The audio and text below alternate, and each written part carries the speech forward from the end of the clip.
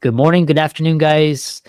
I've got a fantastic guest for the podcast today from California, Aaron Vaccaro. He's an entrepreneur and he's a board member of Liquor Lab, which he's going to talk about. He's also in the finance space and he helped scale Topgolf from a 90 million business to a multi-billion dollar global brand. So if you're not familiar with Topgolf, it's really fantastic experience. And I'm really happy to have him on to talk about entrepreneurship, experiential marketing, scaling to billion-dollar brands, and talk to an awesome entrepreneur. So, Aaron, welcome. Thank you. Thanks for having me, Chris. Yeah, briefly journey your story. You had a background in investment at West River Group, and then now you're scaling, and now you're doing Liquor Lab. So, talk about that. Yeah, absolutely. I say I really have only ever had one job. I went to school and I studied math and finance, and then coming out of school, I got a job at West River Group, which is our venture capital firm. At the time, it was like three people and a dog, but with this brilliant leader named Eric Anderson, who was the founder, and we had a nice business doing venture lending and investing with debt into startups that were a little more mature. But we also had an investment in this company called Topgolf, which Eric had helped bring to the US actually much earlier in 2004. It's one of those companies that's like a 15-year overnight success. Topgolf started in 2000 in the UK and then came to the US in 2004, but really hit the national stage around not till 2015, 2016 when we opened Las Vegas. But when I joined, he had just gone from being an investor to becoming the CEO of Topgolf as well. And he brought me on board to be his chief of staff and analyst. And while working for West River, our investment firm, most of my time was spent running around the world helping build Topgolf on finance and strategy and operations. And we can go a bit more into that. But so that was a lot of the first part of my career. And then over time, with our investment firm, we've made investments into other companies, a lot in the consumer and entertainment space, and then also in technology and life sciences and other places too. And my role has evolved a bit, as you mentioned, to going from being just an investor and advisor to these companies to getting involved in actually helping run on the ground some of the operations. And that's been a combination of sort of both interest and attraction for me, but also necessity and sometimes. And so now I'm still a partner at West River Group. We're based out of Seattle. And so I oversee some of those companies and help on new investments. But most of my time during the week is spent running two of our companies, which are Singularity University and Liquor Lab. Interesting. So we'll dive into it. And I believe Singularity at University, correct me if I'm wrong, it's Peter Diamandis. That's exactly right. Yeah. So Singularity was an investment that we made, became a big shareholder of, supporting the company from 2015 through the pandemic. And there's a great story there. I became a fan of Singularity before I ever even got a job when I first learned about it back in 2010 or 11. But if you fast forward, West River Group became the lead investor in Singularity. And I now have an opportunity I serve as president, and I work with Peter and Ray and the board there to build that company. So that's part of my day job, which is a huge privilege. And as someone who was a fan of the company, to getting the books and Peter and everything to now get to actually be part of it and an integral part of it has been a pretty amazing journey. And yeah, what we do at Singularity is we teach people about exponential technologies, which we define as those things that are, because of feedback loops and the advancement of technology, are growing exponentially, like AI, and is obviously the hottest one right now. But we also look at biotech and additive manufacturing and big quantum computing. But yeah, that's a big part of my job and a privilege. And then what's funny is on the other side, I spend the other half of my time running Liquor Laboratory, which is like an experiential business that's like cooking classes for cocktails. And it's funny is these things don't really go together on the outside. But the reality is, if you break down fundamentally the two places we invest and how I see the world is, there's the sort of the inevitable, and then there's the enduring. So if you look at Singularity and our technology investments, the growth of technology is inevitable. And there's a lot of businesses in the tech world that Kevin Kelly coined this term, actually, if you look at one of his books. But we invest in things where it's like where we know where the world is going. And so there's investing in what we believe is ultimately inevitable. And then there's also things that no matter how far technology goes, I believe are going to be timeless. So whether that's golf or wine or a good cocktail or music, those things aren't going away, I believe. And so they're also worth investing in. Mm. And part of the investment strategy that was behind Topgolf and now is also behind Liquor Lab is taking these things that are enduring, but also aspirational. If you think about like playing golf or making cocktails, and making them more fun and approachable for the masses. And so with Topgolf, it was like you want to play golf, you want to hit a golf ball, but instead of showing up for a particular tee time and like wearing funny clothes and spending a bunch of money on golf clubs and feeling like you're out of place, it's literally just show up, we'll put a golf club in one hand and a beer in your other hand and just point that way and come as you are. We break down the barriers of class and race and income, and it's like we make it accessible to everybody. Mm. And similarly, I'm applying the same principles now at Liquor Lab, where you take this thing that I think is timeless, which is drinking with moderation, and this idea of making drinks and cocktails and this mythical character and rock star in our culture who's like the bartender. And instead of having to like have all the tools and have the fully stocked bar, it's come as you are. We put the tools in front of you and the ingredients, and all you got to do is follow along and have fun, and you can learn how to make your own awesome drinks and be the bartender for the night. And what's funny is we don't need to get into all the details, but the business models behind Singularity and Liquor Lab are actually quite similar. If you think about running classes and teaching and doing the private events and programs versus open enrollment events and programs. And we have our subject matter experts, which in one case are technology experts and founders, and another case are mixologists. So there's actually a lot of parallels that are flywheels that reinforce my learning between the two businesses, even though they look like they're wildly different things. If that makes Yeah. sense. Yeah, that's a really great segue. And what's interesting is because we're going to talk about experiential marketing, and it's almost like because there was a session at Southwest this year talking about movie theaters because they've basically got destroyed by Netflix and the streaming, but now they're trying to make it like a experience. So, what role does experiential marketing play in today's business landscape, and how are those business models changing, and how can brands use it to stand out? Yeah, 100%. I think there's two things there. I think there's both the experience economy, which we clearly believe in. We've invested a lot in, Topgolf being a great example, and now others. And what the data shows is the most recent study I saw was 70% of consumers would rather spend money on experiences versus on things. There's lots of theories as to why that is. There's comes down to demographics and transfer of wealth and different things in terms of what people feel like they're actually going to get value out of. But we know that people are spending more money on experiences versus items and possessions. And then secondly, there's experiential marketing, which is how do you communicate something about your brand or influence and compel people to do something in an authentic way. And so if we go to that one, Liquor Lab is a great example of why experiential marketing is powerful. So it's one thing if you're a whiskey brand, let's say, I won't pick on anybody, but if you're a whiskey brand, you spend a lot of money on advertising, billboards, and Super Bowl ads and different places, right? Billions of dollars.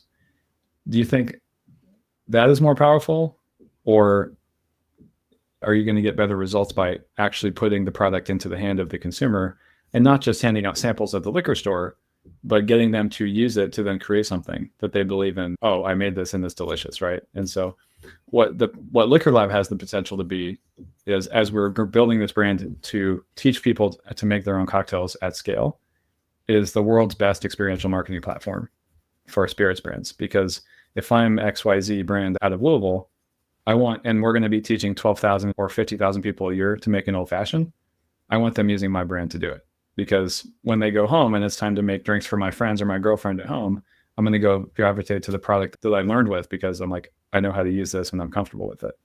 From there, you can branch out. But we know that if I use Maker's Mark to make my first old fashioned, that's what I'm going to go back to, because that's what we've seen. And to the point about why does experiential marketing matter and why has there been such a gravitation towards this? Similarly with media in general, there's just such an onslaught of noise in the world, right? There's so much marketing, and we just get hit every single day constantly by Instagram ads and Facebook ads and radio ads. And it's hard to navigate like what's really authentic. And when you have experiences with a product or with a brand, it's harder to fake. And you feel like, okay, it's the same reason that long form, like podcasts like this, are so popular. And I think drove a big result in the election, for example, is because the unedited sort of long form experience feels more genuine than whatever they cut together. It's like, it's pretty obvious now, but you can, with a 30-second ad, you can show whatever you want to show. It's harder to hide the authentic experience when you're actually in person doing something. Mm. Yeah. And what's really interesting, because you've taken your singularity with this exponential technology and then the experiential. How do you view AI, or how are you using AI in either scaling these businesses or actually improving the experience? Because experience is like, it's a human thing, it's a human connection. How do you view AI in all of this? Oh, yeah, that's a great question. The way that we've been implementing AI, in particular generative AI, is I haven't replaced anyone with it. But what we have done is use it to augment our team. I can tell you at Singularity, we just finished 2024 with Singularity's the most profitable year that it's ever had. We're doing the work right now with about 20 people that in 2019 we were doing with about 200 people. So we're doing so much more with less. Part of that is cutting out a lot of stuff that was not useful. And part of it is extending our team's capabilities, right? And so I can write more, I can iterate, I can do everything so much more and faster using tools like we use Claude and ChatGPT and Midjourney and all these things. That can extend into like, how do we create programs for Singularity and put different blocks of technology together to make interesting curriculum?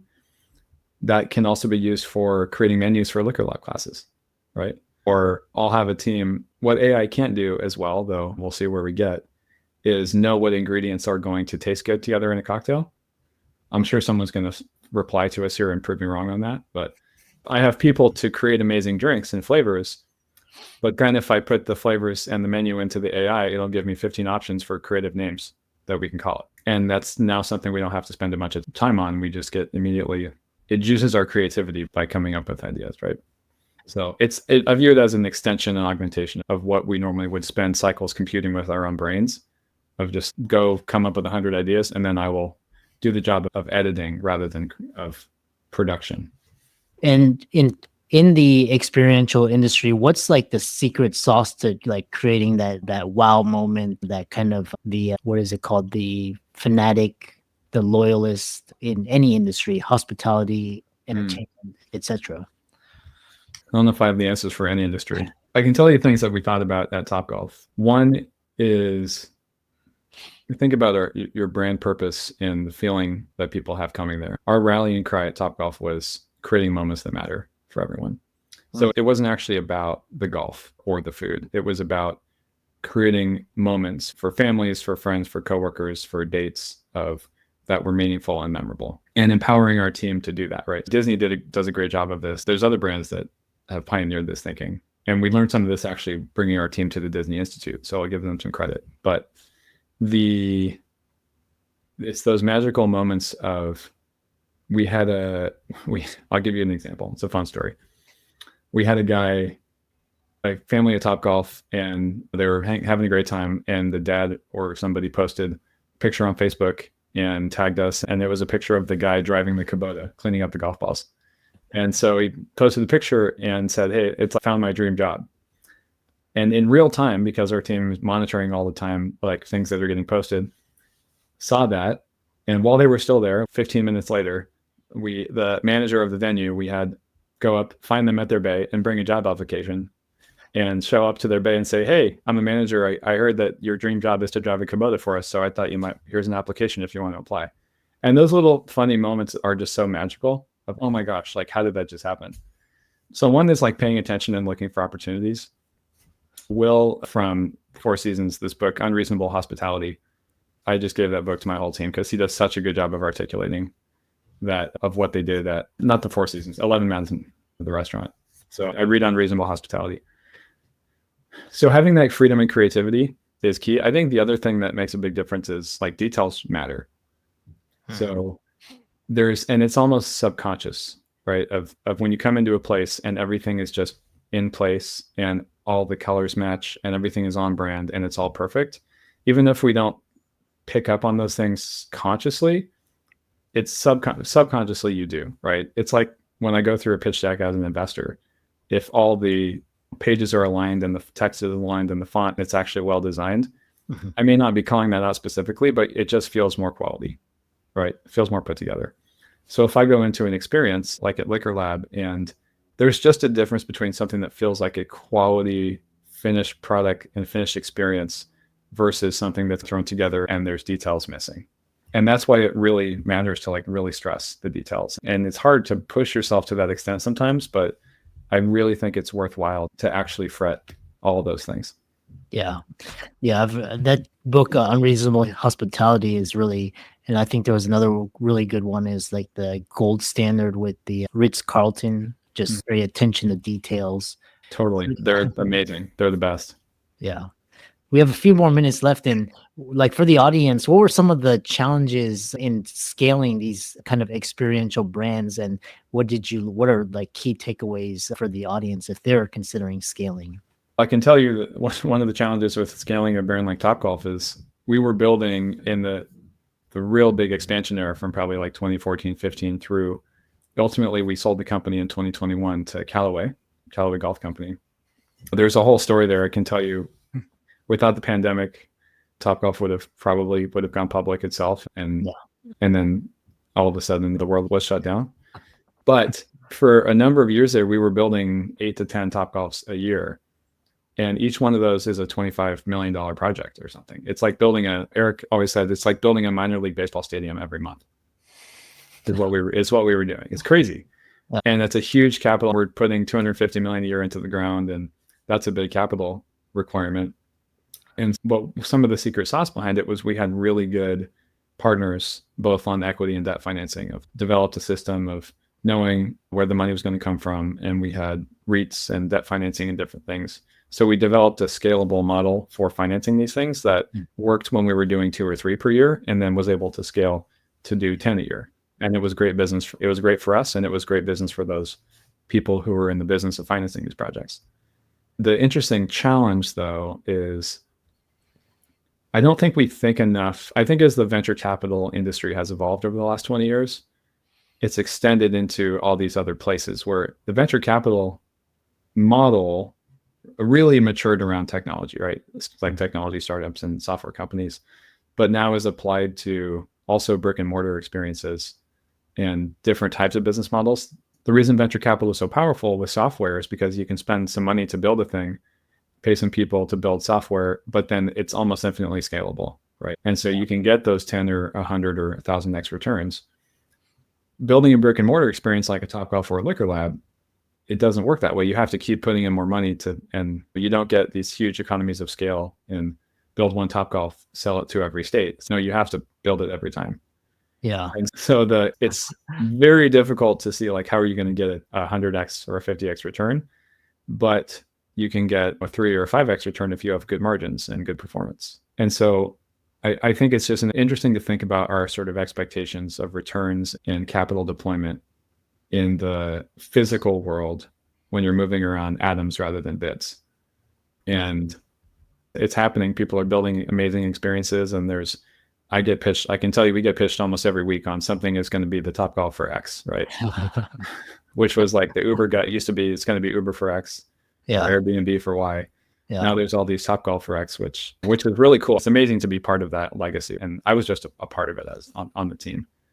But it's certainly it's the experience economy is growing. I don't think it's going to stop. I think it's a great thing to create accessibility to a lot of these things. We have another company, Toka, which is like soccer for Topgolf for soccer, right? Yeah. And we're bringing a lot more people to the sport of soccer, just like we did for golf. Yeah. Nice. And if people wanted to learn more about Liquor Lab and connect with you and partner with you, how could they reach you? That's a great question. Come visit us in Nashville and Louisville. Liquor Lab is, we run classes every week and you can come have fun and learn something. So visit us in Nashville. If you're interested in the singularity, you can find us at su.org, and we run programs for leaders about exponential technology. We have a program coming up in May called The Future of Biotech in San Diego. And then if you're an entrepreneur or a founder with a startup that you're raising money for, you can find us at West River at wrg.vc. And you can go there and send us your idea. And I actually read all of those. It's, we don't say yes to most things, obviously, but I promise I'll read it. Yeah. Awesome. I really enjoyed this conversation and really refreshing to hear bright ideas and keep up the great work. No, thanks for having me. This was fun, and it's a privilege to be here.